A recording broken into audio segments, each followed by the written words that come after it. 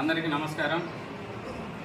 ఈరోజు ఈ యొక్క ప్రెస్ మీట్ పెట్టడానికి కారణం ఏదైతే వైఎస్ఆర్ కాంగ్రెస్ పార్టీ మాజీ మంత్రివర్యులు కారుమూరి నాగేశ్వర గారు మాట్లాడినటువంటి మాటలకు బీజేపీ యూనియన్ మినిస్టర్ అయినటువంటి శ్రీనివాస్ వర్మ గారు మాట్లాడినటువంటి తీరును చూస్తుంటే ఈరోజు రాష్ట్రంలో అనేకమైనటువంటి గొడవలు సృష్టించి రాష్ట్రంలో భారత రాజ్యాంగాన్ని అమలుపరచాల్సినటువంటి పరిస్థితిని పక్కదోవ పట్టించి రెడ్ బుక్ రాజ్యాంగాన్ని అమలుపరిచే విధంగా చూస్తుంటే ఎప్పుడైనా కానీ వైఎస్ఆర్ కాంగ్రెస్ పార్టీ 2029లో అధికారంలోకి రావటం ఖాయమని చెప్పేసి మీ అందరికీ తెలియజేస్తున్నాం.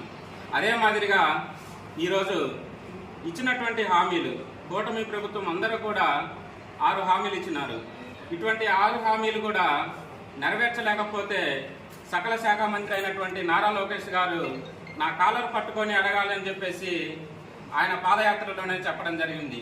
మరి మీరు ఇవ్వలేనటువంటి ఈ యొక్క హామీలని కాలర్ పట్టుకోమంటారా? ఒక్కసారి ఆలోచన చేసుకోండి. ఈ రాష్ట్రంలో శ్రీనివాస్ వర్మ గారు భారీ పరిశ్రమల శాఖ మంత్రిగా ఉన్నటువంటి మీరు ఎన్ని పరిశ్రమలు తీసుకొచ్చారో ఒక్కసారి ఆలోచన చేసుకోవాలి. మీరు పరిశ్రమల శాఖ మంత్రిగా ఉన్నటువంటి స్టీల్ ప్లాంట్ని ఏదైతే వైఎస్ జగన్మోహన్ రెడ్డి గారి ప్రభుత్వం ఉన్నప్పుడు 25,000 టన్నుల స్టీల్ని ఉత్పత్తి చేయడం జరిగింది. ఈరోజు సుమారుగా 5,000 మెట్రిక్ టన్నులు మాత్రమే ఉత్పత్తి అవుతున్నటువంటి పరిస్థితి మనం చూస్తున్నాం. మరి ఏ విధంగా నీ శాఖలో జరుగుతున్నటువంటి ఇటువంటి ఘోరమైనటువంటి పరిస్థితి రాష్ట్రాన్ని అన్యాయం చేస్తున్నది నువ్వు కాదా? ఇటువంటి ధోరణి ప్రజల్ని తప్పుదోవ పట్టిస్తున్నటువంటిది మీరు. మా నాయకుల మీద మాట్లాడాల్సినటువంటి అధికారం మీకు లేదని మేము తెలియజేస్తున్నాం. మేము ఒక విషయం మీ అందరికీ హెచ్చరిస్తున్నాం. ఈరోజు 2029లో ఏదైతే 88 మ్యాజిక్ ఫిగర్ దాటుతుందో ఆ రోజే మేము మీ లెక్కలు కూడా సరిచేస్తామని చెప్పేసి మీ అందరికీ కూడా తెలియజేస్తున్నాం.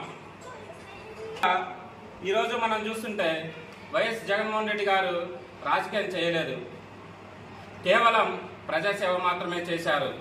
మరోమారి చెప్తున్నాం, 2029లో మేము ప్రజాసేవ కంటే రాజకీయం చేస్తామని చెప్పేసి కూడా ఈ రాజకీయంలో మీలాంటి వాళ్ళని గుంట నక్కలను కూడా బయటికి తీసుకొచ్చే ప్రయత్నం కూడా చేస్తాం.